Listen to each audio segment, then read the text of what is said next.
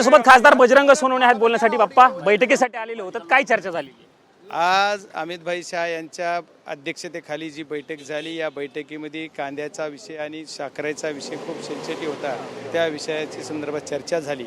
साखरेच्या बाबतीत साखरेला MSP वाढवून देण्याचा शब्द आणि त्याचबरोबर इथेनॉलचा रेट वाढवणे आणि इथेनॉलचा कोटा वाढवून देणे. सर्वात महत्त्वाचा जी मागच्या वर्षी कोट्याच्या बाबतीत जो प्रॉब्लेम झाला, तो कोटा जेवढा मागाल तेवढा कोटा द्यायचं अमितभाई शाह यांनी कबूल केलं. येणाऱ्या 10 दिवसात त्याचं नोटिफिकेशन काढू असं सांगितलं. तुम्ही खुश आहात आजच्या बैठकीत? नाही, हे जर ते बोलले तसं जर झालं तर 100% शेतकऱ्यांना महाराष्ट्रातल्या दिलासा मिळेल. त्याच्यामुळे महाराष्ट्रातल्या शेतकऱ्यांना पैसे मिळतील आणि कारखानदारी जी तोट्यात आहे, कारखानदारी जी आज बंद करायची वेळ आहे, ती वाचेल असं मला वाटतं. इथेनॉलचा तुम्ही विषय काढला, इथेनॉलचा कोटा वाढवतो असं ते म्हणालेत, पण कोटा साधारणतः वाढवल्याच्या नंतर फायदा किती होणार आहे आणि इथेनॉल त्यामुळं फायद्याचा तोट्याचा विषय कसा आहे की जी कारखानदारी आज बंदच पडली ती कमीत कमी चालू आहे.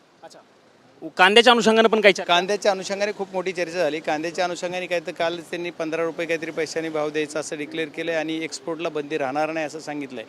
आणखी बरेच काही विषय कांद्याच्या बाबतीत की 22 रुपये करायची पण मागणी आहे, मुख्यमंत्र्यांनी सांगितलं, त्याच्यावरही चर्चा झाली. त्या दोन्ही अनुषंगानेच ही बैठक होती. या बैठकीत विरोधी पक्षाचे लोक पण या बैठकीवर समाधानी आहेत मी म्हणू असं? पक्षाचे मला समाधानी म्हणजे जर ते लागू झालं तर 100% आपल्या महाराष्ट्रातल्या जनतेला फायदा होईल एवढं मला वाटतं. धन्यवाद आमच्याशी बातचीत केल्याबद्दल.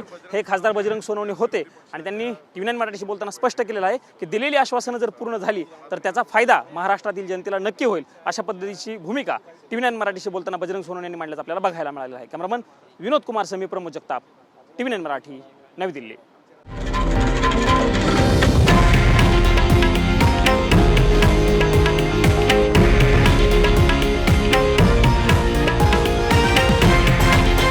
हे आहे देशातील नंबर 1 न्यूज नेटवर्क आणि आपण पाहत आहात TV9 मराठी, एकमेव.